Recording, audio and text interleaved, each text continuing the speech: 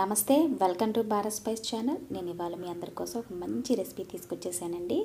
అది చూస్తేనే మీకు అర్థమవుతుందా? కానీ అదేం పిండి తెలియట్లేదు కదా, చెప్తానండి. వీడియో అయితే పూర్తిగా చూడండి. ఇది మంచి హెల్దీ రొట్టె అండి. అది డైటింగ్లో ఉన్న వాళ్ళకి చాలా బాగా పనికొస్తుంది అనమాట. ఒక్కటి తిన్నా సరే కడుపు అంతా నిండిపోతుంది. మీరు వెంటనే ఆకలేదనమాట. డైటింగ్లో ఉన్న వాళ్ళకి ఆ ప్రాబ్లం ఏంటో తెలుస్తుంది.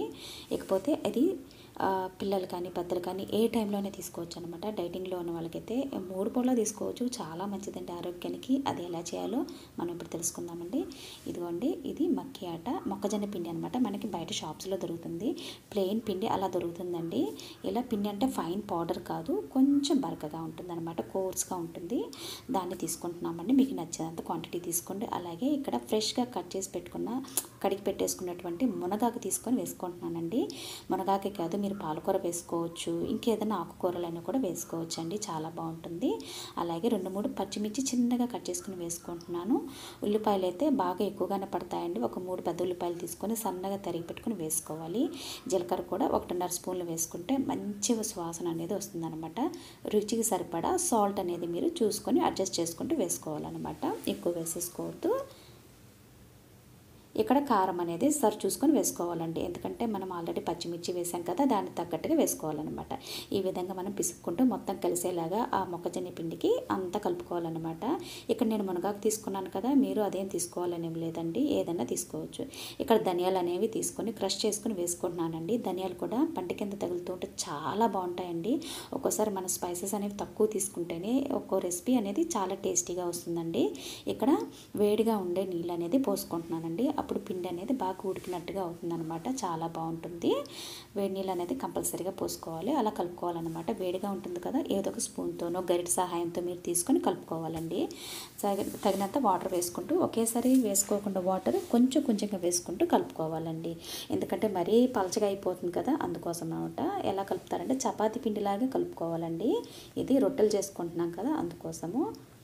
చూడండి, అలా చేతులతో విసుక్కుంటూ కలుపుకున్నారంటే చూసారు ఎలా వచ్చేసిందో. చపాతీ పిండిలా కలుపుకొని మూత పెట్టేసుకొని ఒక అరగంట పాటు వదిలేసామంటే చాలా బాగుంటుందండి రొట్టె అనేది. ఇకపోతే ఇక్కడ నేను ప్యాన్ తీసుకుంటున్నాను. ఇలా ఒక పెద్ద ముద్ద తీసేసుకుంటున్నానండి. ఆ పిండి అంతా కూడా నానపెట్టుకోవడం అంటే పక్కన మూత పెట్టుకున్నాం కదా, అది. ఇలా పెద్ద ముద్ద ఒకటి తీసేసుకొని ఇలా చేతులతో ఆ విధంగా వీడియోలో చూపించినట్టుగా చేతులకు తడి చేసుకుంటూ ఇలా పెనం మీద స్ప్రెడ్ చేసుకోవాలన్నమాట. కొంచెం మందంగానే వేసుకోవాలండి, పలచగా దోశలాగా వేయకూడదు. ఇలా మందంగా వేసుకొని స్టవ్ పైన సిమ్ టు మీడియం ఫ్లేమ్లోనే పెట్టుకోవాలండి. ఒక 5-6 నిమిషాలు టైం పడుతుంది.